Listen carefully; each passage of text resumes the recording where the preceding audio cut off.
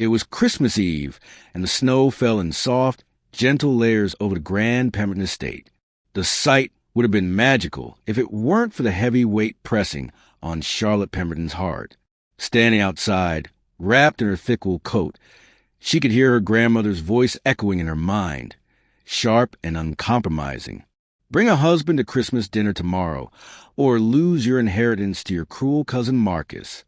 Charlotte knew the stakes. Lady Pemberton, her beloved grandmother, was dying. She had no one else. The inheritance was everything. It meant the future of Charlotte's bookshop, a place that had been her sanctuary since her parents' death years ago. But Marcus, the greedy cousin, had long coveted the estate. If he got his hands on it, he would sell the land, evict the tenants, and tear down the bookshop she held so dear. Charlotte had always prided herself on being independent. She had built the bookshop from the ground up, and she refused to marry for convenience. But now, with no other choice, the pressure was overwhelming. She had one day to find a husband, someone to stand by her side, to fool her grandmother, and to secure her future. And as much as she hated the idea, it seemed like an impossible task. She had gone to every man she could think of. No one would commit to such a rushed marriage, especially not for one day. Charlotte stood there, alone in the snow, and a wave of helplessness washed over her.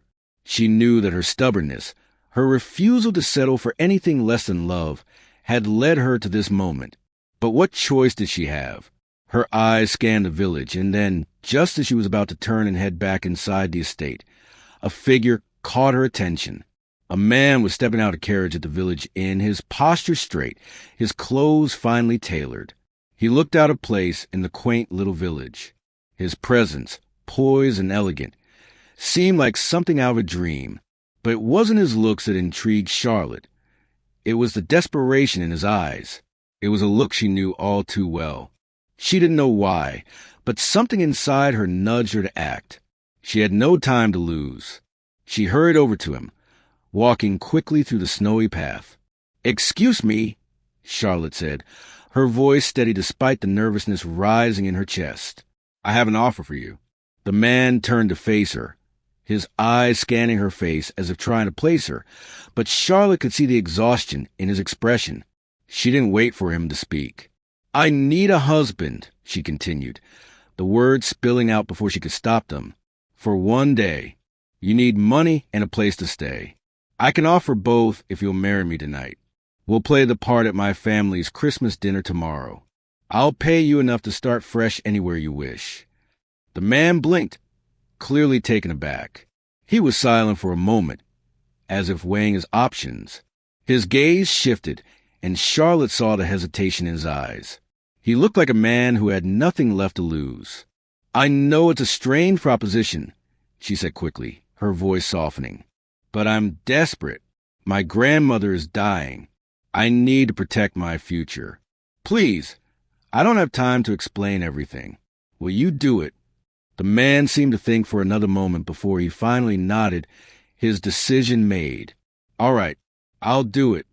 Charlotte felt a rush of relief wash over her. It was a decision that would change everything. She just didn't know how much yet. Later that evening, the rush ceremony was held in the village church. The priest seemed reluctant but performed the service without protest, muttering a prayer under his breath.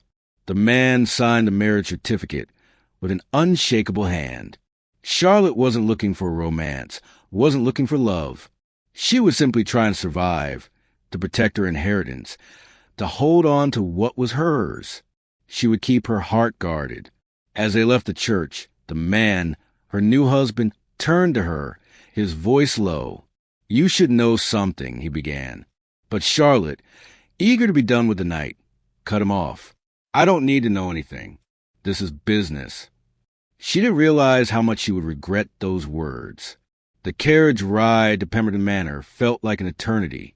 The snow outside fell in heavy flurries, muffling the sound of the world, creating a quiet cocoon around Charlotte and her new husband.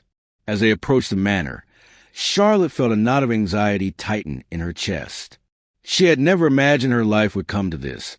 A hastily arranged marriage to a man she knew nothing about, all for the sake of securing her inheritance. She glanced at James, who sat across from her, his face calm, betraying no hint of the chaos that had led them here. His eyes, however, were distant, haunted even, and Charlotte couldn't shake the feeling that he was hiding something. Something more than just a lack of money. "You're sure you'll be able to play the part?" Charlotte asked, her voice steady but uncertain. James glanced at her, his lips curling into a slight smile, though his eyes remained unreadable. "I've had my fair share of experience in society. I can manage." The words sounded rehearsed, too polished. Charlotte felt a flicker of doubt. "Good," she said, trying to convince herself more than him. "Just follow my lead. My grandmother won't let anything slip past her, or my cousin Marcus. Well, he's not someone you want to disappoint." James didn't respond. Instead, he turned his attention to the snow-covered trees outside the window, his posture rigid. Charlotte frowned, wondering about the man sitting next to her. Who was he really? What had he run from? The carriage jolted to a stop in front of the Grand Manor, and Charlotte's stomach lurched. It was time.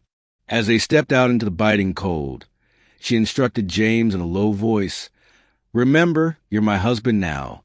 Act like it. We'll need to sell this story." He nodded, but there was no enthusiasm in his movement.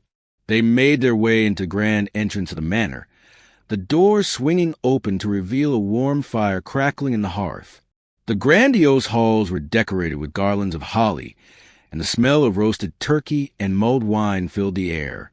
Charlotte steeled herself as she took in the familiar surroundings, the place where she had grown up, the place she would soon have to leave behind. It didn't feel like home anymore. Her grandmother, Lady Pemberton, was seated in the drawing room, her sharp eyes scanning Charlotte and James as they entered. The old woman's gaze was piercing, as though she could see straight through them. She studied James with the same scrutiny she reserved for everyone who came to her home, her lips pursed in thought. "Well, Charlotte," she said, her voice strong despite her frail body, "you finally brought your husband." Charlotte forced a smile. "Yes, grandmother. This is James Hartwell." James bowed deeply, his demeanor calm and composed. "It's a pleasure to meet you, Lady Pemberton," he said with a grace that surprised Charlotte. He spoke with a kind of politeness and confidence that seemed natural, as if he had been trained to be part of society's elite. Lady Pemberton studied him for a long moment before giving a curt nod.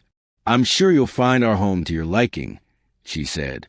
Charlotte could tell her grandmother was not convinced, but she didn't have time to worry about it. They moved to the dining room, where the rest of the family had gathered. Charlotte's cousin Marcus, ever the charming but cruel man, greeted them with a smile that didn't reach his eyes. His wife Annabel stood by his side, her smile as artificial as his. Charlotte could feel the tension in the room, the weight of everyone's gaze on her and James. Marcus immediately began questioning James, his voice smooth and probing. "So, James, how long have you known Charlotte? How did you meet?" He was trying to find a crack in the story, and Charlotte could feel the pressure building. James responded without hesitation, his voice steady and convincing. "We met a few months ago at a charity event. We've been courting ever since." Charlotte watched as Marcus raised an eyebrow, clearly skeptical. "I see," he said, his tone laced with doubt. "And how long was your courtship exactly?" James glanced at Charlotte, his expression unreadable, before answering smoothly. "We were both very busy with our respective work, but we decided that Christmas would be the perfect time to formalize our commitment." The words were flawless, but Charlotte could sense Marcus's suspicion growing. Her cousin was never one to accept anything at face value, and Charlotte knew he would dig deeper if given the chance. The dinner began, and the conversation shifted to lighter topics. But Charlotte couldn't help but notice how well James fit into the role. He knew which fork to use, how to hold a glass of wine, and how to engage with each guest. His manners were impeccable, almost too perfect. Charlotte found herself watching him closely, wondering if he had been trained in society or if there was something more to him than met the eye. During the meal, James shared a story about their supposed courtship, a tale of chance encounters and stolen moments. It was a moving story, And even Charlotte couldn't help but feel a twinge of emotion at his words. His delivery was so convincing that it almost made her believe it herself. But she couldn't forget that it was all a lie. Her grandmother watched James carefully throughout the dinner, her sharp gaze never leaving him. Charlotte could tell the old woman was suspicious, but she kept her thoughts to herself for now. After dinner, as the guests mingled, Charlotte found herself alone with James in the library. The two of them stood by the fire, the warmth of the room contrasting with the chill outside. Charlotte turned to him, her curiosity getting the best of her. "You're good at this," she said, her voice low. "Too good." James met her gaze, his expression guarded. "I've had my fair share of experience," he replied, his voice steady. "But that doesn't mean I'm pretending to be something I'm not." Charlotte frowned. "What do you mean?" James hesitated for a moment before answering, his voice quieter now. "I'm not who you think I am, Charlotte." Before she could respond, a guest entered the library, and the moment was lost. Later that night, as the guests began to leave, Charlotte overheard a conversation between one of the other guests and her grandmother. The name Hartwell came up, and the guests seemed puzzled. "Any relation to the Hartwells of Somerset?" they asked. James's face went pale, and he quickly changed the subject, but the damage had been done. Charlotte's mind raced.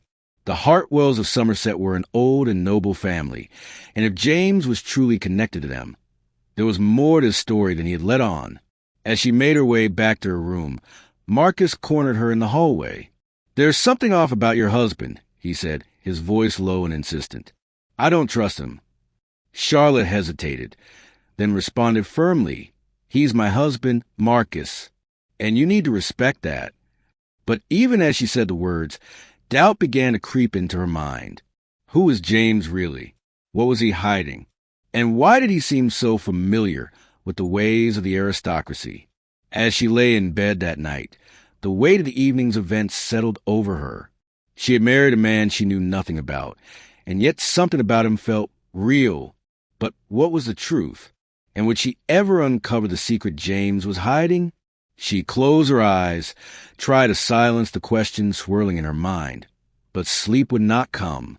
The following morning, Charlotte awoke to a cold, pale light filtering through the thick curtains of her room. She had barely slept, her mind racing through the events of the previous evening. James's perfect performance at dinner, his easy command of high society etiquette, and that unsettling conversation in the library, all of it kept replaying in her mind. She had promised herself she wouldn't question it, that this marriage was purely a business arrangement, a means to an end, but as the morning light crept in, she couldn't shake the feeling that there was more to James than he let on. As Charlotte made her way downstairs, she found James in the sitting room, staring out the window, his posture rigid, his eyes distant. There was a restlessness about him, something that hinted at the burden he carried. He turned when she entered, offering her a faint, polite smile. "Good morning," he said, his voice calm, though it didn't quite reach his eyes. Charlotte didn't return his smile, her own curiosity pushing her forward. "I need to speak with you," she said, her voice steady, but there was an underlying edge to it. "Last night, there's something you're not telling me." James's expression faltered for a fraction of a second before he masked it with a neutral gaze. "What do you mean?" he asked, his tone carefully controlled. Charlotte took a deep breath, stepping closer. "I overheard a guest mention the Hartwells of Somerset. You didn't seem too eager to talk about it. And when I asked you last night if you were pretending to be something you're not, you hesitated. Who are you, James? What aren't you telling me?" The air between them grew heavy, the tension thick enough to cut through. James's lips tightened, and for a moment, Charlotte thought he might walk away, retreat into the cool detachment that had marked his behavior since their hasty marriage. But instead, he sighed deeply, his shoulders slumping slightly. "I never wanted you to find out this way," he began, his voice low and filled with a weariness Charlotte had never heard before. "But I suppose it was bound to happen sooner or later." He paused, then turned to face her fully, his eyes meeting hers. "I am Lord James Hartwell, the youngest son of the Earl of Somerset. Charlotte's breath caught in her throat. The name Hartwell had long been associated with old money, with estates in Somerset that stretched for miles. If James was indeed Lord James Hartwell, then everything about their arrangement was a lie. "But you told me you were just a man looking for work," Charlotte said, her voice barely a whisper. James winced, the guilt flashing across his face. "I ran away, Charlotte, after my brother's death. I couldn't face the responsibilities that came with being the heir to the estate. I thought if I left everything behind, maybe I could escape the grief." His voice cracked slightly as he spoke, the weight of his confession hanging heavy in the air. "My older brother, Thomas, was supposed to inherit everything, but he died in a riding accident 3 months ago. I should have been the one to take over, but I couldn't. I couldn't bear the thought of stepping into his shoes." Charlotte's mind whirled as she processed his words. James Hartwell, the man she had married in desperation, was not only nobility, but he was the heir to an estate, a fortune beyond her wildest imagination. And yet, he was running from it all. "You ran away after your brother's death?" she asked, her voice shaking slightly. "But why? Why wouldn't you step into the role you were born into?" James's eyes darkened, and a shadow of pain crossed his face. "Because I was the one who argued with him. The last words we exchanged were bitter ones. I blamed him for everything, for the weight of the title, for the expectations placed on us. And then he rode off in anger and he died." His voice faltered, and he took a shaky breath before continuing. "I found him, Charlotte. I found him lying there, broken. He was barely alive, but he held on long enough to say, 'It's not your fault, James. Take care of them.'" His words trailed off, and Charlotte could see the pain in his eyes, the burden he carried. "You couldn't forgive yourself," she said softly, the realization dawning on her. "No, I couldn't," he whispered. "I should have been there, should have stopped him from riding in such a state of anger. But I wasn't, and now I can't go back. I couldn't face my family, couldn't take on the role of the heir when I had failed so miserably." The weight of his grief seemed to press down on him, his shoulders sagging under the emotional burden. "I took your offer because I needed one more day to run, to pretend. But I didn't expect to grow close to you, Charlotte. I didn't expect to start caring about anything again." Charlotte stood in stunned silence, her heart heavy with sympathy. She had thought James was hiding some dark secret, but it was a secret of grief, of guilt, a secret of a man too broken to face the world he had left behind. She had known pain in her own life, losing her parents, losing her connection to her family, but she had never faced the kind of guilt James carried. The silence stretched between them, and Charlotte's thoughts whirled. She had never intended for this marriage to become real, to involve any emotion beyond the transactional. But now, as she looked at him, really looked at him, she saw the man behind the facade. "I don't know what to say," Charlotte admitted, her voice barely above a whisper. "You've been running from something much bigger than a marriage contract. But I can't pretend I'm not conflicted. I've spent my whole life building something, protecting it, and now I have to help you protect your own future." James gave a bitter laugh, the sound hollow. "I'm not sure I'm worth protecting, Charlotte." Charlotte shook her head. "Everyone deserves a second chance." She hesitated, then added, "But I won't lie. I'm still not sure what to make of this whole situation. You're not just a stranger to me now. You're a man with a title and a past I don't understand." James's eyes darkened again, a flicker of something deeper in them. "I don't want you to pity me. I just want to figure things out, to stop running." Charlotte felt a pang of something she hadn't expected, a connection, a bond that had formed between them, without either of them realizing it. She stepped closer, her voice quiet but firm. "Then stay. Help me secure my future. And then, when you're ready, we'll figure out yours." James nodded, his face softening. "Thank you. I don't know what's ahead, but I'll stay." For the first time since their hurried marriage, Charlotte felt a small flicker of hope, though she knew that the road ahead would be anything but easy. As they stood together in the quiet library, The weight of their shared secrets and unspoken feelings hung between them. But Charlotte also knew that the truth had a way of changing everything. What she didn't realize was that their journey together had only just begun. The tension in the manor was palpable as the days passed. Christmas had come and gone, and the festive spirit that usually accompanied the season seemed to have evaporated. Charlotte couldn't shake the conversation she had with James, the vulnerability he had shown her in his confession. She had expected him to be a nobleman, proud and detached, but instead, he was a man broken by grief, struggling to find his place in a world that had been forced upon him. She couldn't help but feel sympathy for him, though she knew that their situation, this marriage, was still far from ideal. It wasn't real, not in the way a true marriage should be, but the more time she spent with James, the more she found herself drawn to him.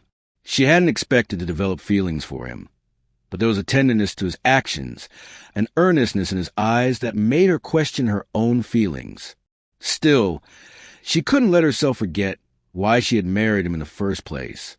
Survival, her inheritance, was at stake, and as much as she cared about James, she couldn't afford to let her emotions cloud her judgment. The day after Christmas, Charlotte found herself sitting with her grandmother in the drawing room, the two of them alone for the first time since the chaotic dinner. Lady Pemberton, though frail and sickly, still had the sharpness of mind that made her a force to be reckoned with. She had been watching James closely, just as Charlotte had, and there was no mistaking the glint of suspicion in her eyes. "I'm not blind, Charlotte," Lady Pemberton said, her voice low but steady. "I can see the way you look at him. You allowed yourself to grow attached." Charlotte froze. "Grandmother, no need to deny it," Lady Pemberton interrupted. "I've seen it in your eyes ever since you brought him here. But I won't let you throw away everything we've worked for. Marcus is a snake, but at least he knows what he wants. This man, James, he's hiding something, and I won't let him use you to gain what he wants." Charlotte's heart raced as she met her grandmother's gaze. "I'm not throwing anything away. I'm just trying to survive." "Survive?" Lady Pemberton's lips curled into a knowing smile. "You're not just surviving anymore, Charlotte. You're falling in love." Charlotte's breath caught in her throat, but she refused to admit it, refused to acknowledge the growing feelings inside her. "I don't have time for love. I have a bookshop to protect, a future to secure. And what about your heart?" Lady Pemberton's voice softened, though her eyes were still sharp. "You think I haven't seen the way he looks at you? He's not just playing a part, my dear. He's falling for you, too." Charlotte shook her head, trying to dismiss her grandmother's words. "It's not like that. It's just business." Lady Pemberton raised an eyebrow. "Then why does it feel so much like something more?" Charlotte couldn't answer. She didn't know how to explain it. How every moment spent with James seemed to break down the walls she had carefully built around her heart. But she couldn't afford to be weak. She had a responsibility, not just to herself, but to the people who depended on her bookshop, to the future that was slipping further out of reach. As if on cue, Marcus appeared in the doorway, his face an unreadable mask. "Ah, Charlotte, I've been looking for you," he said, his tone smooth but laced with a hidden edge. "I need to speak with you about your husband." Charlotte's pulse quickened. She had known Marcus wouldn't let this go, that his suspicions would only grow. But she wasn't prepared for what came next. "You see, Charlotte," Marcus continued, walking into the room with a calculated grace, "I've done a little digging into James's past, and what I found might surprise you." Charlotte's stomach churned. She knew Marcus well enough to know that his digging was never innocent. He had a way of twisting the truth to serve his own purposes, and she was certain he wouldn't stop until he destroyed her marriage, or what little of it was left. "What have you found, Marcus?" she asked, her voice strained but calm. He gave her a smile that didn't reach his eyes. "Oh, nothing too dramatic. Just a few inconsistencies in James's story. For example, did you know that the Hartwells of Somerset are an old and respected family? Yet, your husband claims to have been living in squalor. Does that sound right to you?" Charlotte's heart skipped a beat. "What do you mean?" Marcus continued, his voice growing more insistent. I've spoken to a few people who know the Hartwells, and none of them have ever heard of a Lord James Hartwell being in hiding. In fact, from what I've gathered, James isn't even the heir to the estate. His brother, Thomas, was. And now, suddenly, James appears out of nowhere, claiming to be the rightful heir. Don't you find that strange, Charlotte? The man you've married is nothing more than a fraud. Charlotte's breath caught in her throat. She had known there was something off about James's story, but this was more than she had expected. Marcus wasn't just questioning his title. He was accusing him of being a fraud, of using her to get closer to the inheritance. "You're lying," Charlotte said, her voice trembling with a mixture of anger and fear. "James isn't like that. He's not a fraud. He's just lost. He's running from his own guilt." Marcus's smile widened. "Oh, I'm sure he's running from something. But that doesn't mean he's not using you for his own gain. If you want to keep your inheritance, Charlotte, you need to make a choice. You either annul this marriage, or I expose him for the fraud he truly is." The threat hung in the air, cold and suffocating. Charlotte's mind raced. She couldn't let Marcus win. She couldn't let him destroy everything her grandmother had worked for. But could she trust James? Could she trust a man who had lied to her, who had kept so many secrets? "You don't know the full story," Charlotte said, her voice quieter now. "James didn't run because he wanted to. He ran because he couldn't live with the guilt of his brother's death. And I don't care about his title. I care about him." Marcus's face darkened, and he took a step closer, his voice dropping to a menacing whisper. "You're making a mistake, Charlotte. A big one. If you don't do what I say, I'll expose everything. Your precious bookshop won't survive the scandal. And neither will you." The words cut through Charlotte like a knife. She knew Marcus wouldn't back down, but she wasn't about to let him dictate her life. "I won't let you ruin everything," she said, her voice fierce. "You may think you have power, Marcus, but you're wrong. This isn't just about inheritance or titles. This is about love, and you can't destroy that." Marcus's eyes narrowed, and for a moment Charlotte thought he might lash out. But instead, he turned on his heel and walked out of the room, leaving her standing there, shaken but resolute. As the door clicked shut behind him, Charlotte felt a chill settle over her. She had made a decision. She would fight for James, for her marriage, and for the future she believed in. But she knew the battle was far from over. And as the days passed, the tension between her and Marcus grew, the stakes higher than ever before. In the end, Charlotte knew she would have to face the truth about James, about his past, his guilt, and the secrets that could tear them apart. But she couldn't let fear dictate her choices. Not anymore. She had a future to protect, and she would do whatever it took to secure it. The next evening, the air in Pemberton Manor felt tight and heavy, like a storm waiting to break. Even though the snow outside lay soft and quiet over the grounds, Charlotte could feel the tension in every glance, every lowered voice, every pause in conversation, and she knew Marcus was behind it because he'd been too quiet all day, watching her and James with sharp, calculating look that made her skin crawl. And when Lady Pemberton asked everyone to gather in the drawing room after supper, Charlotte's heart started to pound because she could sense something was about to happen, something that would change everything again. The fire crackled, throwing warm light over the room. But as Charlotte all felt cold as Marcus stepped forward, his expression smooth, his tone polite, yet edged with triumph as he said, "Aunt, before we all retire, there's a matter we must address, a matter of legality and truth." And Charlotte's fingers tightened around the back of the chair where she stood, while James stood beside her, quiet but alert, jaw clenched. Lady Pemberton lifted her head, her eyes sharp in her tired face, and replied, "Get to the point, Marcus. My energy is not endless." And Marcus smiled as if he were doing them all a favor and said, "The matter is this, the validity of Charlotte's marriage." And the room buzzed with shock as heads turned towards Charlotte and James. But Marcus raised his hand to silence them and continued, "You see, when a man signs a marriage certificate under a false name, that marriage can be considered fraud. Your James Hartwell neglected to sign with his full legal title, Lord James Hartwell of Somerset, And that, I'm afraid, calls the entire union into question." Charlotte's chest tightened at his words. She glanced up at James, whose face had gone pale, and in that moment it hit her that Marcus had found the one weak spot they hadn't thought about, the small technical detail that could undo everything. The room fell quiet, the kind of silence that made every heartbeat sound loud, and Lady Pemberton's gaze drifted from Marcus to James, then to Charlotte, her eyes deeply thoughtful, and she said, "Is this true?" in a calm but tired voice, and before Charlotte could answer, James stepped forward, shoulders squared despite the strain in his eyes, and said, "I signed as James Hartwell. That is my name. I did not intend fraud. I was not hiding my identity from the priest. I was hiding from myself." And there was a soft murmur around the room, a mix of curiosity, disbelief, and judgment.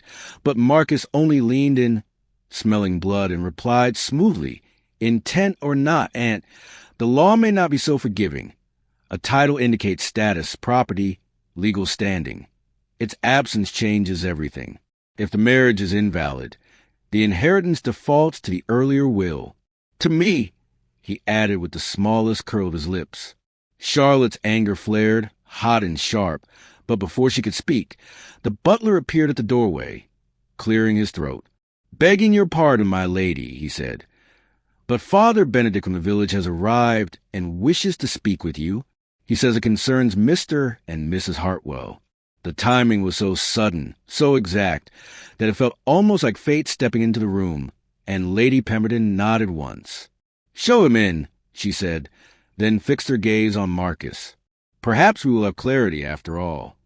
Father Benedict entered, carrying his hat in his hands. Snow still melted on the edges of his cloak. He was a man of late middle age with kind eyes that now held a grave seriousness as he looked from James to Charlotte, then to Lady Pemberton. "Thank you for receiving me so late, my lady," he said. "I came because I heard there are questions about the Hartwell marriage, and I thought it best to clear them now before rumors grow legs." Marcus smirked faintly but tried to hide it. "Yes, Father," he said, voice smooth. "We simply wish to know whether this union is valid, given that our dear James may not have signed in his full legal style." Father Benedict turned to James, studying him with a familiarity that Charlotte didn't understand, then gave a tired, gentle smile.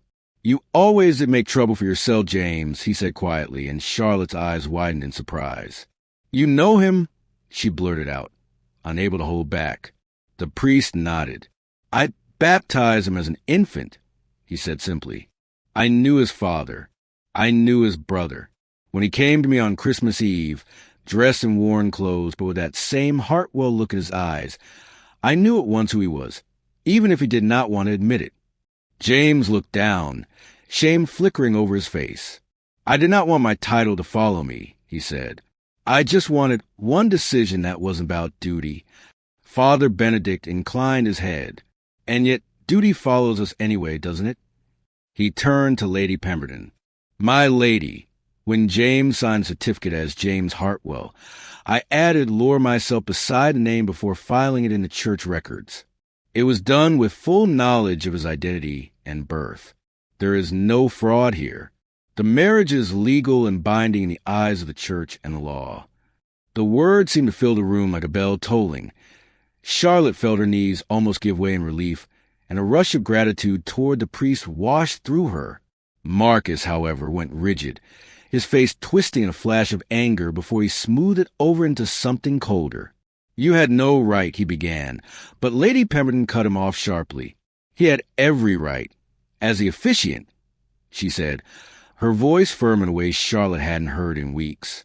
"And I have every right to declare this matter settled. The marriage stands. The inheritance stands.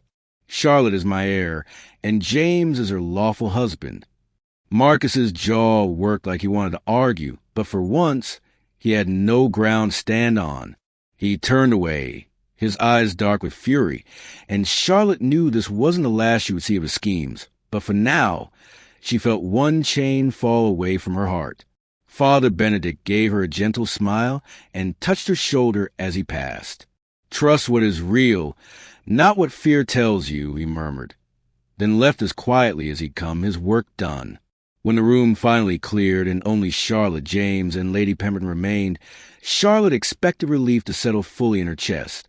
But instead, a new kind of tension took its place.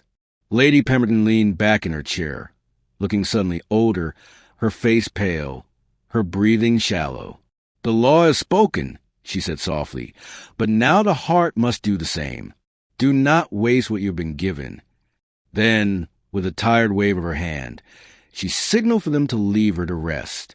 Later that night, in the quiet of their shared room, James stood by the window staring out at the snow, his shoulders tense. Charlotte watched him for a moment, then said softly, "We won, you know. The marriage stands. Marcus can't take the estate now." James did not turn. "Yes," he said, his voice low. "You have what you needed." The way he said it made her chest ache. "We," she corrected. "We have what we needed." There was a long pause. Then James said, "Charlotte, I can't stay here forever." The words hit her like a blow. "What do you mean?" she asked, though part of her already knew. He turned then, his eyes full of conflict. "My family needs me," he said. "The Somerset estate is failing without proper leadership. There are tenants who depend on Hartwell land for their livelihoods, workers who need wages, families who need stability. I left them. I ran. But I cannot keep running while living under another roof, holding another woman's hand, pretending I built a life when I've only borrowed one." Her throat felt tight. "So you're saying you have to go back?" she said quietly. He nodded. I don't know how to do it yet, or when, but I know I can't avoid it any longer. The priest was right. Duty follows us." He took a breath, then stepped closer. "Charlotte, I don't want to go alone. Come with me. Be my wife in truth, not just on paper. Be Lady Hartwell, mistress of Somerset, not just a woman who saved my name for a season." Her heart twisted. The idea of leaving her village, her bookshop, the only home she had known, sent fear spilling through her. "Everything I have is here," she said, her voice shaking. "My bookshop, my customers, the life I built with my own hands. If I leave, what will become of all of that? Who will look after the people here? This place is part of me." James looked pained, but he nodded. "I understand," he said. "I would never force you. I just had to ask. I had to give you the choice." The next few days passed in a strange, quiet misery. Christmas wreaths still hung on doors, candles still burned in windows, but inside the man of the joy felt muted. Charlotte and James moved around each other like ghosts, polite but distant, each trapped in their own fear of what came next. They ate at the same table, but their conversations were short. They passed one another in the halls, their eyes meeting only briefly before looking away. Lady Pemberton watched them both with a knowing sadness, saying nothing, as though waiting for pieces to fall into place. Charlotte clung to her bookshop like a lifeline, spending more and more time in the small, warm space in the village, stocking shelves, talking to regular customers, anything to avoid thinking about the choice looming over her heart. One afternoon, as snowflakes drifted lazily past the shop window, Charlotte decided to host a little reading for the village children. She spread blankets on the floor, placed a plate of ginger biscuits on a low table, and pulled out a well-loved book of Christmas tales. Children trickled in, cheeks flushed from the cold, their eyes bright with excitement. As she read, their faces softened, their mouths parting in wonder at the magic in the stories. And for a while, Charlotte forgot everything else, lost in the simple joy of sharing stories with those who needed them. When she looked up halfway through a chapter, she saw James standing just inside the doorway, watching quietly. He hadn't announced himself. He didn't interrupt. He simply stood there, leaning against the frame, his expression soft in a way she hadn't seen in days. After the reading ended and the children scampered out, chattering and laughing, one little girl with dark braids hung back, tugging shyly at James's coat as he stepped forward. "Mr. the girl asked, glancing at Charlotte and then back at him, "Are you the princess's prince?" Her small hand pointed at Charlotte, who stood by the counter with a book still in her hand. The question hung in the air, innocent and direct. James looked down at the child, then up at Charlotte, and something broke open in his face. His voice was quiet but firm when he answered. "I'm trying to be," and Charlotte felt her heart thump hard against her ribs at the truth in his tone. After the girl left, the shop fell quiet again. Charlotte busied herself stacking books that did not need stacking just to have something to do with her hands. James walked closer, stopping at the counter. "You're good with them," he said, nodding toward the door. "With the children. With everyone, really."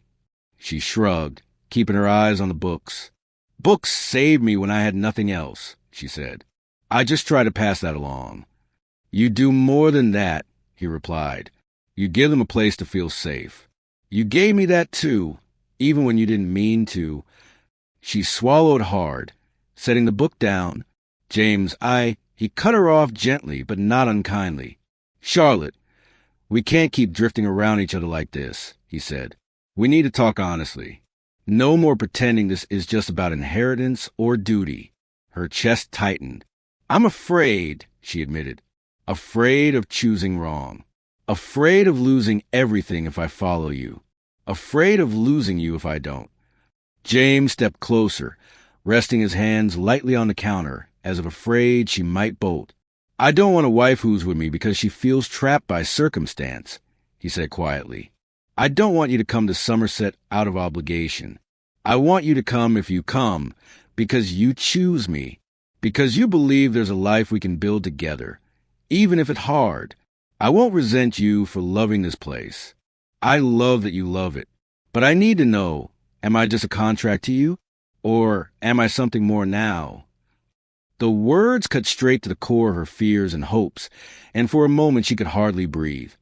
Memories flashed through her mind, his steady hand signing their marriage certificate, his gentle voice reading beside her by the fire, the haunted look in his eyes when he spoke of his brother, the way he stood up in front of everyone and claimed her as his wife without flinching.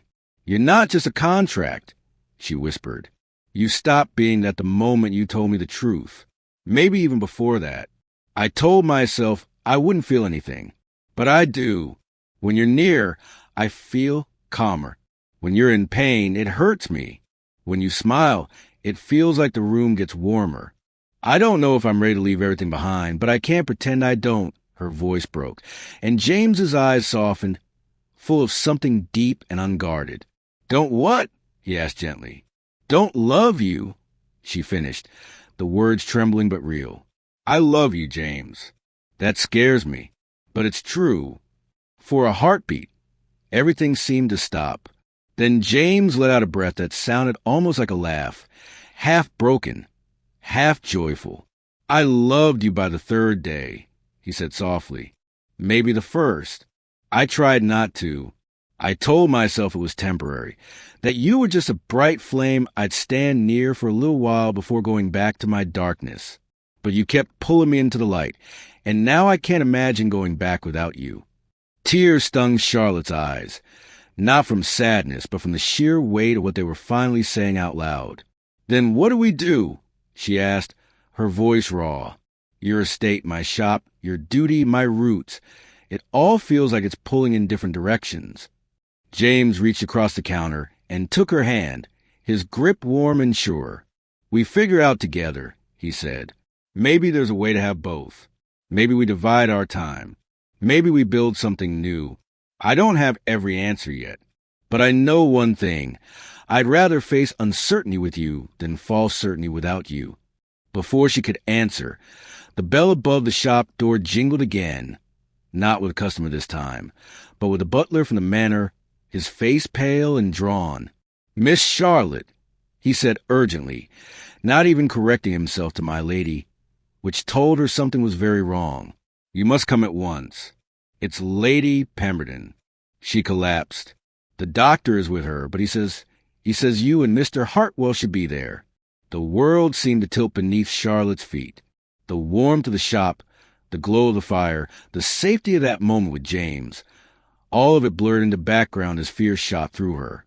She and James exchanged one brief, stricken look, then rushed out into the cold, snow crunching under their boots as they hurried back toward the manor, hearts pounding in sync. When they reached Lady Pemberton's room, the doctor was just stepping back from the bed, his expression grave.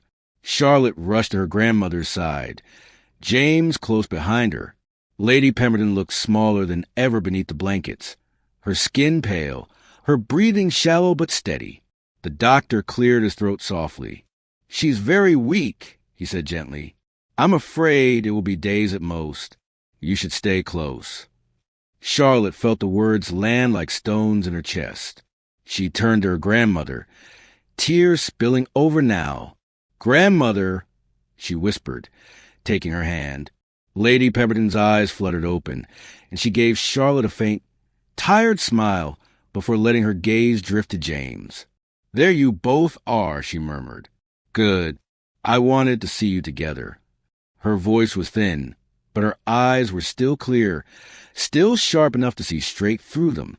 "No more pretending," she said, her tone soft but firm.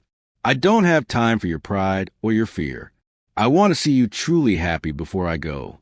Not acting for my sake, not bargaining for land. I want to hear you say what you really want. Don't waste the gift you've been given. Life is shorter than you think." Her eyes moved from one to the other, full of love and warning both. "Promise me," she whispered. "Promise me you'll be honest with each other, and that you'll choose love, not fear." Charlotte squeezed her hand, sobbing quietly. "I promise," she choked out. Beside her, James's voice was low and rough as he added, "So do I?" Lady Pemberton's fingers curled weakly around theirs, and a small, satisfied smile tugged at her mouth. "Good," she breathed. "Then I can rest." As the night deepened and they sat by her bedside, Charlotte felt the weight of her grandmother's words settle over her heart, like a blessing and a challenge all at once. The legal questions were solved, but the real question, the one about what kind of life she and James would build, still waited for an answer. And now there was no more time for running, no more room for half-truths or safe distance, only the choice that would shape the rest of their lives. The days that followed felt like a slow, tender goodbye. The snow outside the manor lay thick and quiet, and inside, everything seemed to move around Lady Pemberton's bedroom, as if the house itself knew time was running out. Charlotte and James spent long hours at her bedside, sometimes talking, sometimes just sitting in silence, listening to her soft, uneven breathing. One afternoon, when the winter light was thin and gold at the edges of the curtains, Lady Pemberton motioned for Charlotte to come closer, her one strong hand now fragile, but still firm as it wrapped around her granddaughter's fingers. "Close the door," she whispered, and Charlotte did as she asked, feeling James pause at the threshold. "Both of you," Lady Pemberton added, her voice weak but with a trace of that old authority. When the door clicked shut and the room was quiet except for crackling of the fire, Lady Pemberton turned her eyes to Charlotte, and there was a gentleness there that broke Charlotte's heart. "My dear girl," she said softly, "your mother would be so proud of you. You have more courage than you think." Charlotte swallowed, blinking back tears. "I do not feel very brave, grandmother," she admitted. "Most days I feel scared of losing you, of making the wrong choice, of failing everyone." Lady Pemberton gave a faint, knowing smile. "Courage is not the absence of fear," she murmured. "It is doing what is right even when fear screams at you to run. You stayed here when others would have left. You built something with your own hands. And now, you have opened your heart to a man who is not convenient, not simple, not safe. That is courage." Charlotte bowed her head, tears spilling onto their joined hands. "I do love him," she admitted in a hoarse whisper. "I tried not to, but I do." "Good," Lady Pemberton replied, her tone firm for a moment. "Then do not spend the rest of your life pretending you do not." She shifted slightly, grimacing with pain, then turned her gaze to James, who had come closer to the bed, his face grave. "Come here, Lord Hartwell," she said, the title spoken with deliberate respect. James stepped to the other side of the bed, taking her frail hand in his. "I am so sorry this is happening," he said quietly. "You deserve more time." She shook her head faintly. "We all think we deserve more time," she replied, "but we are rarely asked. What matters is what we do with what we are given. You ran from your grief, James, but you came back. That counts for something. And you chose my Charlotte when it would have been easier to stay alone." Her eyes sharpened for a moment. "Take care of her. But listen to me very carefully. Do not turn her into something she is not. Do not drag her into a life where she has to shrink to fit you. Let her be exactly who she is, a woman who loves books, people, and stubborn ideas. If you cannot love that version of her, then you do not deserve her at all." James's throat tightened, and he bowed his head slightly. "I swear to you," he said, his voice thick, "I will never ask her be anyone but herself. I will build a life that has room for her dreams as well as mine." Lady Pemberton's eyes softened. "Then you will do well," she murmured. "Now, both of you, promise me one more thing. Be honest with each other. No bargains in the shadows. No half-truths. Life is too short for games." They both promised, their voices overlapping in the stillness, and Charlotte felt the weight of that promise settle deep inside her, heavier and more sacred than any legal paper or spoken vow. For a brief moment the room felt peaceful, almost warm, and Charlotte allowed herself to hope that these last days might pass without more upheaval.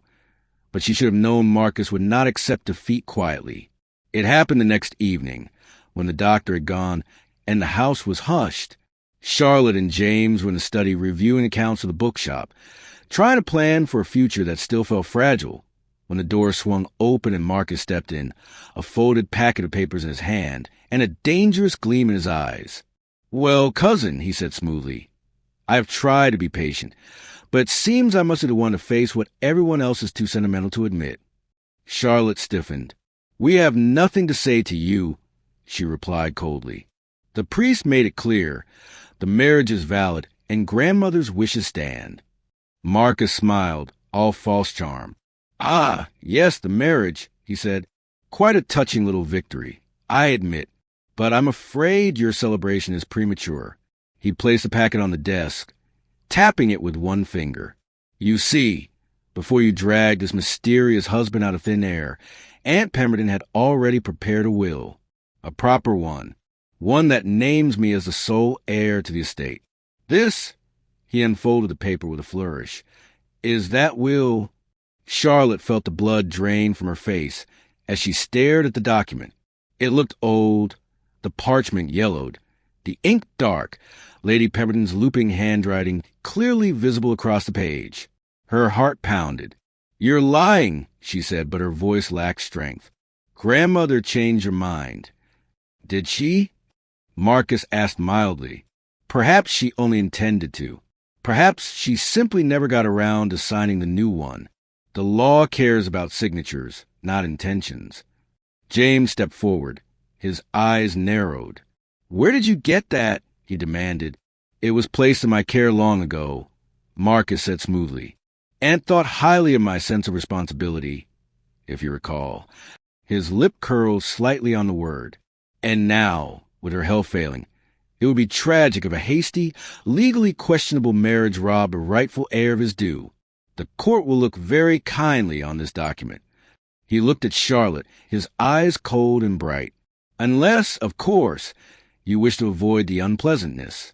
Annul the marriage quietly. Step aside, and I will see that you are given a modest allowance.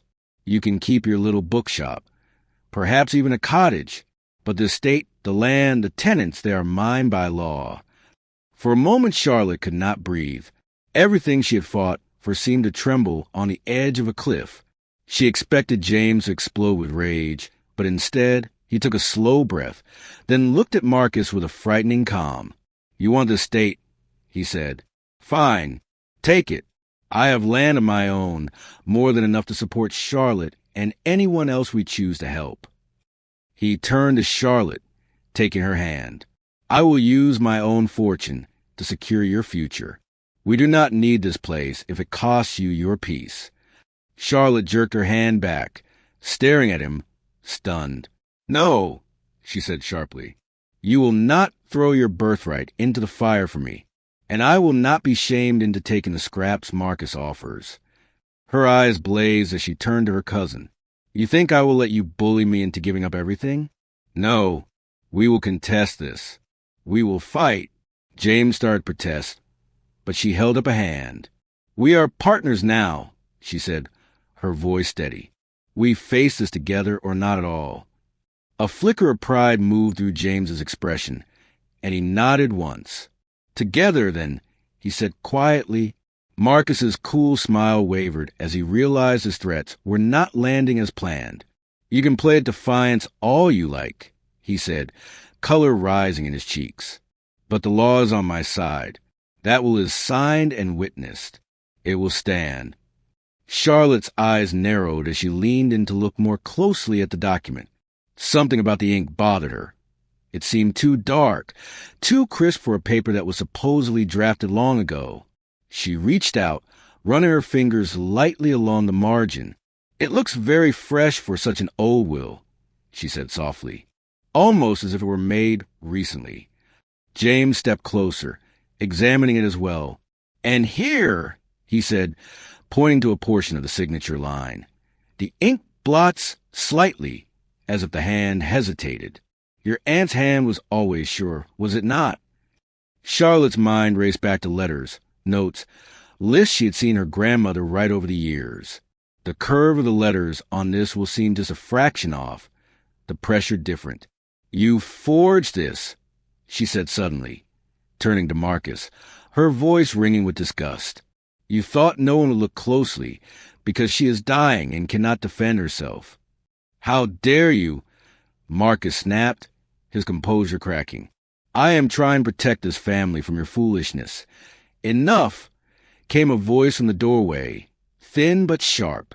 All three of them turned to see Lady Pemberton standing there, supported by the maid on one side and a cane on the other, her face pale, but her eyes blazing. "I heard every word," she said, her breathing shallow. "Marcus, bring that will hear." He hesitated, color flooding his face, but under her unflinching stare he obeyed, carrying the document to her with stiff movements. She took it with trembling fingers, studied it in silence for a long moment, then let out a cold, humorless laugh. "You fool," she said quietly. "Did you truly think I would not know my own hand? This is not my writing. This is an insult to my intelligence and to this house." Marcus opened his mouth to argue, but she cut him off with a look. "This is forgery," she declared. "Crude forgery at that. The ink is wrong. The style is wrong.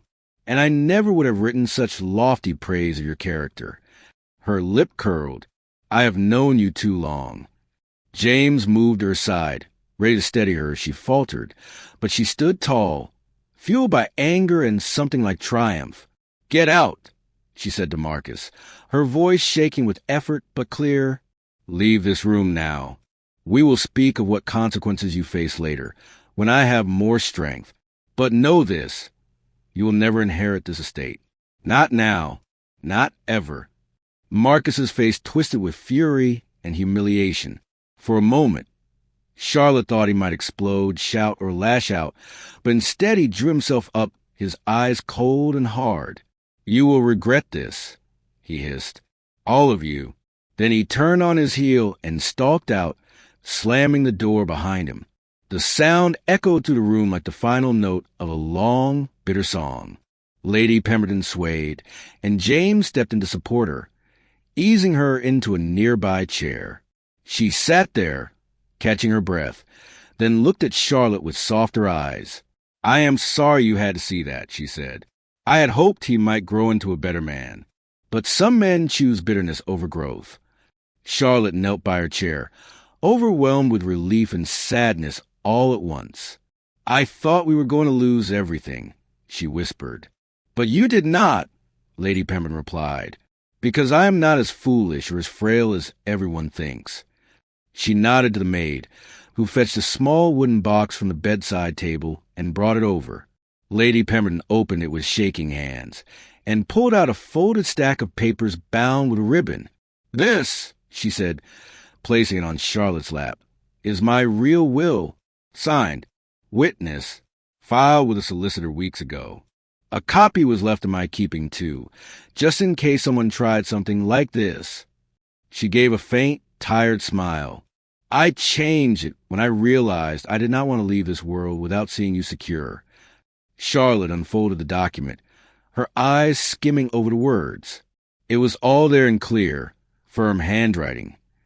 The estate left to Charlotte, with certain funds set aside in trust of the tenants and their families. But there was more.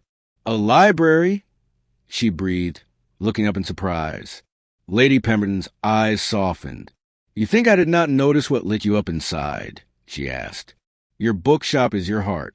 So I have arranged a trust to turn a wing of this estate into a public library, the Lady Pemberton Memorial Library. If you'll permit an old woman a little vanity, the villagers will have access to more books than they could ever dream of. You will oversee it. Your little shop will not vanish, it will grow. Charlotte's throat tightened as she imagined the high ceilings of the old gallery filled with shelves and tables, children reading by the windows, villagers coming in from the cold to borrow books. I don't know what to say, she whispered. Say you will do it, Lady Pemberton replied. Say you will fill this house with words and laughter instead of greed and silence. Charlotte nodded, tears running freely now. I will, she said. I promise. Lady Pemberton turned to James then. And you, she said softly, do not think I have forgotten your needs. I have spoken with your family's solicitor. A portion of my funds has been set aside to help restore your Somerset estate. Repairs, wages, seed for the tenant farms. Call it a wedding gift if you like. Or call it an old woman's peace offering to a young man who lost his way. James stared at her, stunned. You owe me nothing, he said, voice rough. I ran away from my duties. And then you came back, she replied simply. Sometimes that is the harder thing. Take this help, not as a reward, but as a reminder that you are not alone. No man builds a future by himself. Slowly, James nodded, humbled. Thank you, he said. I will use it well. I'll make sure your name is spoken with honor in Somerset, too. She smiled faintly. See that you do. For a little while, they spoke of practical plans, how the estate could be managed so that Charlotte and James could divide their time, winters perhaps in Somerset, summers here, with trusted stewards overseeing what they could not be present for. The more they talked, the more the impossible began to feel like something real. A life rooted in two places, with books and land, people and purpose woven together instead of pulled apart. When Lady Pemberton grew tired, she closed her eyes and whispered, There's one more thing I wish to see before I go. Charlotte leaned in. Anything, she said. Tell us. Her grandmother opened her eyes again and looked at them both with a soft, almost playful spark. I did not see your first wedding, she said. I hear it was rushed and rather grim. I would like to see the real one. It took Charlotte a heartbeat to understand, and then her heart fluttered in her chest. You mean now? She asked. Here. Why not? Lady Pemberton replied. There's a priest in the village. Is there not? You are already married in law. But I would like to hear you speak vows to each other with open hearts, not clenched jaws. James looked at Charlotte, and the question passed between them without words. She felt no fear this time, only a deep, quiet certainty. Yes, she said. Let's do it. Within hours, Father Benedict had been summoned again, this time to the hush of Lady Pemberton's bedroom, where a small group gathered, the maid, the butler, the doctor standing back with respect, and Charlotte and James at the foot of the bed, their hands joined. There were no grand decorations, no music, no crowd, but somehow it felt more sacred than any grand church ceremony could have. Father Benedict spoke a few simple words about love, second chances, and courage, and then he nodded for them to share their vows. James looked into Charlotte's eyes, and his voice was steady, rich with feeling. Charlotte, he said, when I met you, I was a man running from everything that scared me, my title, my past, myself. I thought I could disappear. But you saw me, even when I was trying to hide. You challenged me, argued with me, believed in me when I did not deserve it. You taught me that duty does not have to be a chain if it is carried with love. I promise to spend the rest of my life trying to be worthy of the faith you have placed in me. I will protect you, listen to you, and walk beside you wherever we live, whatever comes. I will not run again, not from my responsibilities, and never from you. Charlotte's eyes shimmered with tears as she spoke in turn. James, when I went to the inn that night, I thought I was making a cold bargain to save my future. I thought I could lock my heart away and treat our marriage as nothing but paper and pretense. But you slowly, stubbornly broke through every wall I built. You carried your guilt, but you still showed kindness to others. You respected my dreams, even when they did not match your world. You made me feel seen, not as a woman in need of rescuing, but as your equal. I promise to remind you, every day, that you are not the sum of your mistakes. I will stand with you in joy and in sorrow, in Somerset and here, in crowded rooms and quiet moments. I will challenge you when you give in fear and hold you when grief returns. I vow to love you as you are and as you grow, without pretending we are anything less than partners. Father Benedict pronounced them husband and wife, in heart as well as law, as he gently put it, and James leaned in to kiss her, soft and sure, not desperate like that first rush night, but deep with promise. Lady Pemberton watched, a peaceful smile on her face, and when they turned to her, she lifted her hand weakly for them to hold. Perfect, she whispered. Now I can go in peace, knowing you have chosen each other, not just survival. That night, as the snow fell softly outside and the house grew still, Lady Pemberton slipped away in her sleep, her hand resting loosely on the blanket, her face calm. Charlotte wept in James's arms. Grief and gratitude tangled together like threads. The next day, as they sorted through her things, the solicitor arrived with formal papers and final instructions, but there was also a small sealed envelope addressed in Lady Pemberton's familiar handwriting. For Charlotte, to be open upon the birth of your first child. Charlotte held it carefully, the seal unbroken, her heart aching and full. She traced her grandmother's name with her thumb, then tucked the letter away in a special drawer. Not yet, she whispered. When the time is right. James slipped an arm around her shoulders, drawing her close as they stood by the window, looking out at the estate that was now truly theirs to shape. The fight was over, the threats pushed back, and though their future was still full of unknowns, one thing was clear.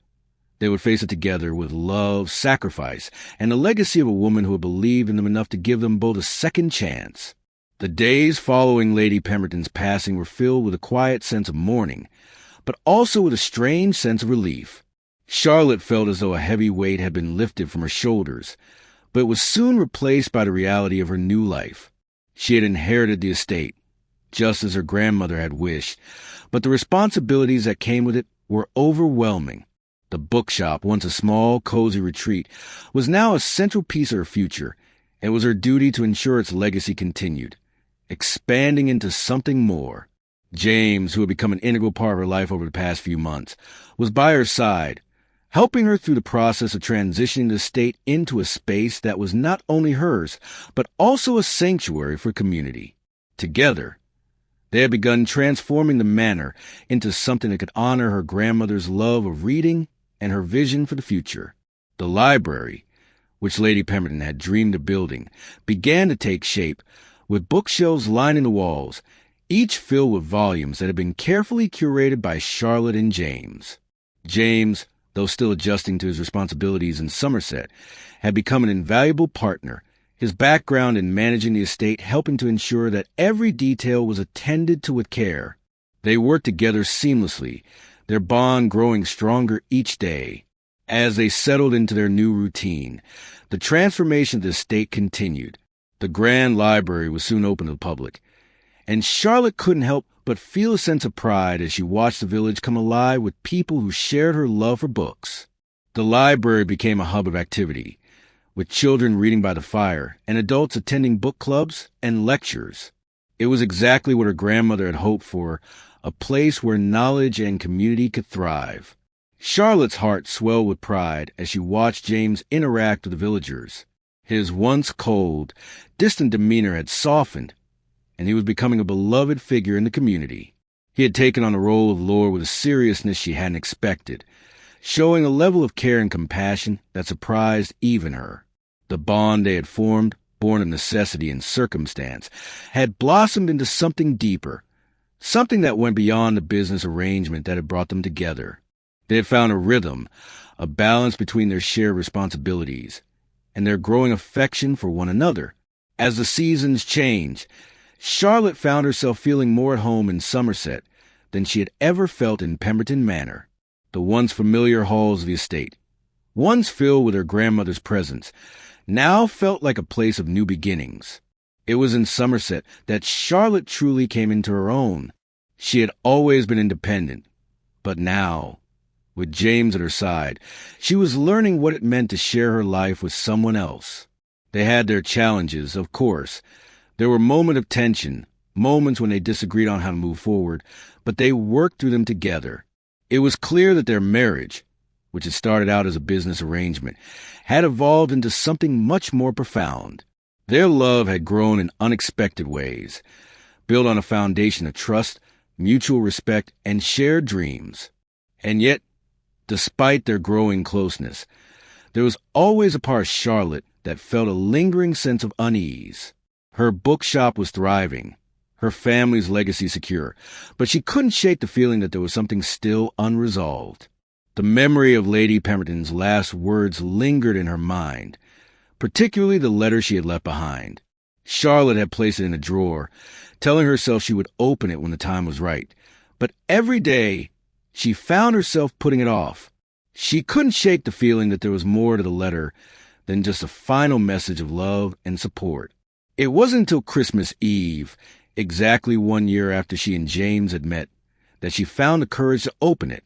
She sat in the quiet library, the fire crackling softly in the background, and carefully unfolded the letter, her hands trembling slightly. The words inside were not what she had expected.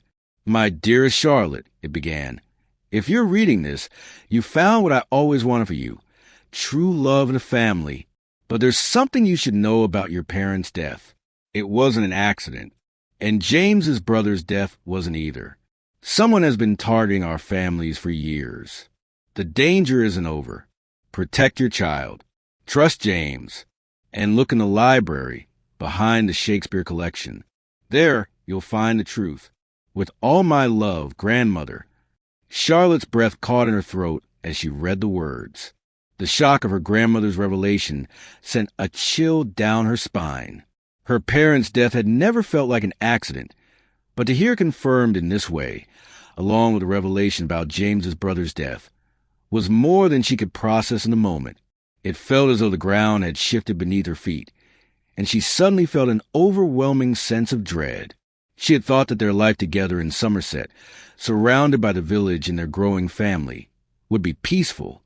But now, with this letter, the past had come rushing back. She had hoped that the darkness of the past would stay buried, but it seemed that it was tied to something much bigger than just their family's losses. She set the letter aside for a moment, her hands shaking. The fire flickered in the hearth, casting long shadows across the room. She had never believed in fate, never believed that her life had been shaped by forces beyond her control. But as she looked at the letter, she couldn't help but wonder if this was the moment where everything changed. She glanced at James, who had just entered the room, his face full of warmth, but when his gaze fell on her, he seemed to sense that something was wrong. He walked toward her, concern written across his features. "Charlotte, what's wrong?" he asked softly, sitting beside her. She didn't know how to answer him, didn't know how to explain the torrent of emotions swirling inside her. Finally, she handed him the letter, watching his face as he read. His expression shifted from confusion to understanding, and then to something darker, something that mirrored the unease she felt inside. "What does this mean?" Charlotte asked, her voice barely above a whisper. James didn't answer immediately. Instead, he sat quietly for a moment, his hand gently resting on hers. When he finally spoke, his voice was thick with emotion. "It means we haven't left the past behind. We may have found peace, but the danger is still there. Someone has been targeting our families for years. And now, it's up to us to protect what's ours." Charlotte nodded, her heart heavy. She had never wanted her life to be defined by danger and mystery, but now she realized that the future they had worked so hard to build together was at risk. They weren't just fighting for their love. They were fighting for their lives, for the future of their children. She knew, deep down, that they couldn't run from the past anymore. They had to face it head-on, together. And with that realization, Charlotte felt a surge of determination. She had a new purpose now, not just to protect her bookshop, but to protect her family, her legacy. She would face whatever dangers lay ahead with James by her side, and together, they would ensure that their future, one built on love, trust, and a shared vision, would endure. As Christmas Eve sailed into the quiet of the night, Charlotte and James stood together in the library, the fire crackling softly in the background. The weight of the letter of the past still hung heavy in the air, but they were no longer afraid. They had each other, and together, they would face whatever challenges came their way. The future was uncertain, but one thing was clear. Their love was strong enough to overcome it all. And as they held each other close, Charlotte felt the first true sense of peace she had known in years. They were ready for whatever came next. The tension between Charlotte and James had reached its breaking point. The discovery in the library, the letter from Lady Pemberton, had opened a door they could no longer ignore. What seemed like a perfect new beginning, a life of peace, of new responsibilities and love, now stood on the brink of unraveling. The truth that Charlotte's parent hadn't died in a carriage accident, and that James's brother's death had been more than an unfortunate riding incident, left her heart pounding in confusion and fear.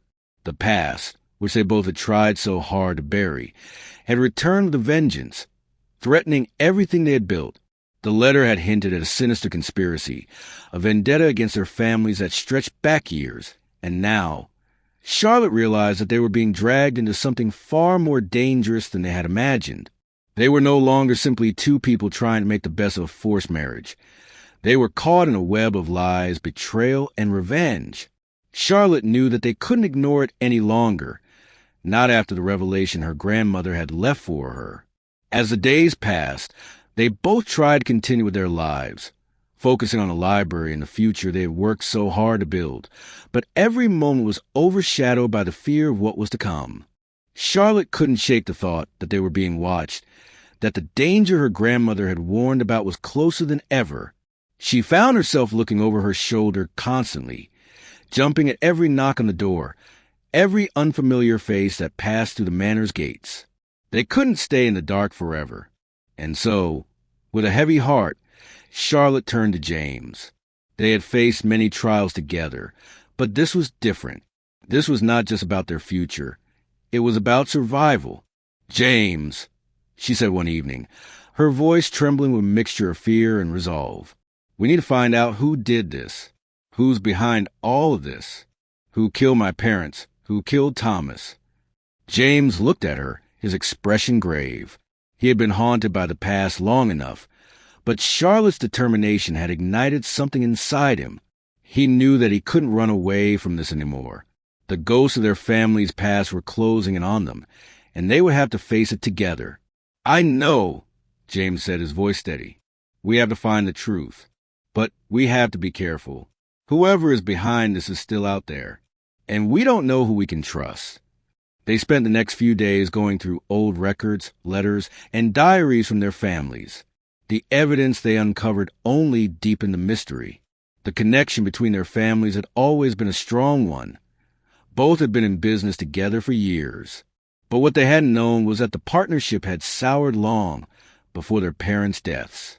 Their grandfathers had once been close friends, but betrayal had poisoned that friendship, and as the years went by, the rivalry between their families had grown. Charlotte and James soon realized that the source of their troubles was a man long thought to be forgotten, Lord Blackwood. He had been a partner in the original business venture, but when he was caught embezzling, he had been publicly disgraced, losing everything in the process. But his revenge had been slow and methodical, working through the generations to destroy both families. He had made sure that Charlotte's parents were killed, and it seemed that his ultimate goal had always been to destroy the Hartwell family as well. The realization hit Charlotte like a ton of bricks. The vendetta was personal. They weren't just victims of chance. They were the target of a carefully orchestrated plot. And the final blow would come with the destruction of their estates. "We have to stop him," Charlotte said, her voice trembling but determined. "We can't let him destroy everything we've worked for." James nodded, his face hardening with resolve. "We won't let him." But there was more. The letter had mentioned someone close to them, someone they had trusted, being involved. It wasn't just Lord Blackwood pulling the strings. The pieces of the puzzle were starting to fit together, but there was still one crucial question. Who was the person who had helped Blackwood all along? That's when they made the shocking discovery. The answer had been staring them in the face the whole time. Marcus, the very person who had been trying to tear them apart from the start, the one who had plotted to expose their marriage, had been working with Blackwood all along. Charlotte felt the blood drain from her face as she put the pieces together. Marcus had always been jealous of her inheritance, but now she realized his true motives. He wasn't just after the estate. He had been seeking revenge on both families for years, using Charlotte and James as pawns in his twisted game. "Marcus," Charlotte whispered, barely able to believe what she was saying. "He's been working with Blackwood all this time?" James's face darkened. "It makes sense. He's been trying to ruin us from the beginning. He's always wanted what we have, what your family has." Charlotte's heart pounded in her chest. She had always known Marcus was a threat, but this was something far more sinister than she had ever imagined. She could hardly believe it, but the evidence was irrefutable. They had no choice but to confront Marcus. They couldn't let him continue his campaign of destruction. But as they made their way to confront him, Charlotte couldn't shake the feeling that something was off. It was too easy. Marcus had always been cunning, always had a way of staying one step ahead. There had to be more to this than they knew. The confrontation with Marcus was tense, the air thick with the weight of betrayal. "You've been playing us all along," James said, his voice cold. Marcus's face twisted into a smirk, the same smirk Charlotte had seen too many times before. "You finally figured it out, didn't you?" he said, his voice dripping with sarcasm. "You're not as clever as you think, James. You were always just a pawn in my game. And now, it's time to take what's rightfully mine." He reached into his coat pocket, pulling out a piece of paper. Charlotte's heart skipped a beat as she recognized it. It was a forged will, the one Marcus had tried to use against her before. "You can't do this," she said, her voice shaking. "You can't ruin everything just to get what you want." Marcus laughed, a cruel, bitter laugh that sent a chill down Charlotte's spine. "It's too late, Charlotte. You've already lost." But just as it seemed all hope was lost, the door to the room flew open and a group of men entered, led by a man Charlotte had never expected to see. "Enough," the man said, his voice commanding and authoritative. "Marcus, you are under arrest for your role in the deaths of Charlotte's parents, for your collaboration with Blackwood, and for attempting to steal the Pemberton estate." Charlotte's eyes widened in shock as she realized who the man was. It was a representative from the local constabulary, someone who had been investigating Marcus for months. "You've been caught, Marcus," the officer said, stepping forward. "It's over." Marcus's face twisted in rage as he was taken away in handcuffs, but Charlotte couldn't bring herself to feel satisfaction. She felt only exhaustion, only relief. The danger had passed, but it had come at a heavy cost. As Marcus was let out, Charlotte and James were left standing in the silence of the room. Their lives irrevocably changed. The past had come back to haunt them, but they had survived. And now, they had a chance to move forward, to build the life they had always dreamed of together. Their love had been tested, but it had endured. As the days passed, life began to return to normal. The library continued to thrive, and James's estate in Somerset slowly began to recover from the damage done by his family's past. Charlotte and James, now fully united, looked ahead to the future, knowing that together they could overcome anything. And as they sat in the quiet library one evening, their hands intertwined, Charlotte finally allowed herself to believe in the future. Their future.